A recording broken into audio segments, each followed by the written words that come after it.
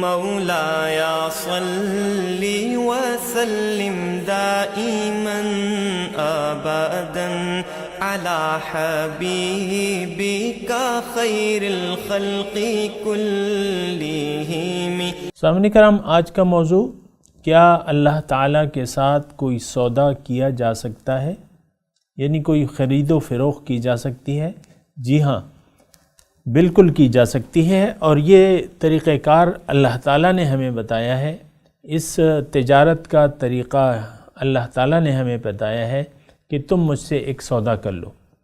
انسان کو اللہ تعالیٰ نے یہ مال و جان کا اختیار بحیثیت ایک سرمایے کے اس کو دیا ہے۔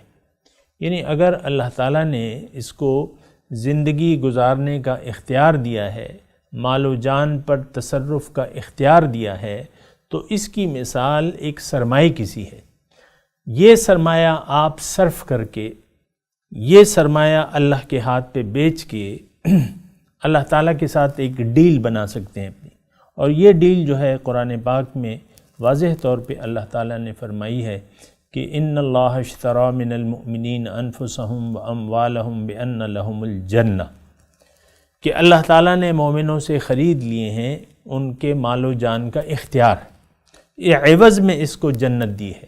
تو بالکل آپ تجارت کر سکتے ہیں، یہ بہت آسان سودا ہے، اور یہ ایک ایسا سودا ہے کہ دنیا کے ہر انسان کے پاس یہ سرمایہ حیات موجود ہے، زندگی گزارنے کا اختیار۔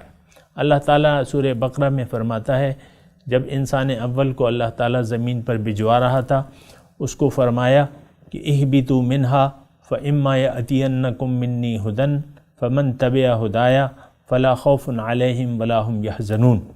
اے انسان، تم نیچے جاؤ زمین پر، زندگی گزارنے کے لیے میں تمہیں ہدایات دوں گا، یعنی زندگی گزارنے کا طریقہ میں تمہیں بتاؤں گا۔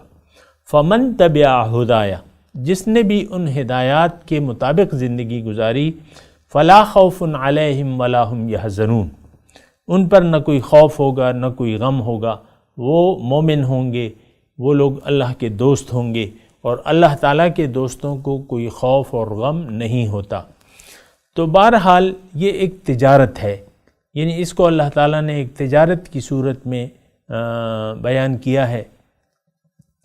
هل ادلکم علی تجارت تنجیکم من عذاب علیم تؤمنون باللہ ورسولہ وتجاہدون فی سبیل اللہ باموالکم وانفسکم ذالکم خیر لکم ان کنتم تعلمون۔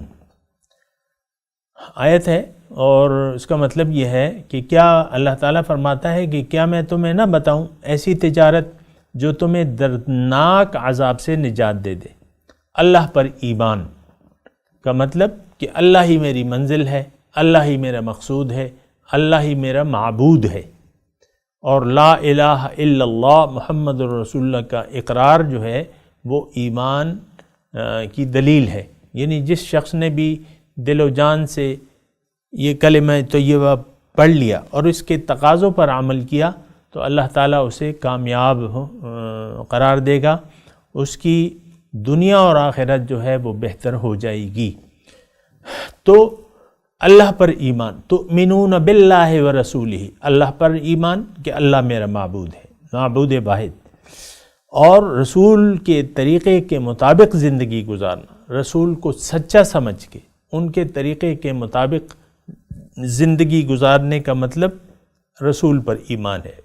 تؤمنون باللہ ورسولہ وتجاہدون فی سبیل اللہ بانفسکم ذالکم خیر لکم، یہ بہتر ہے تمہارے لیے تاکہ تم کامیاب ہو جاؤ۔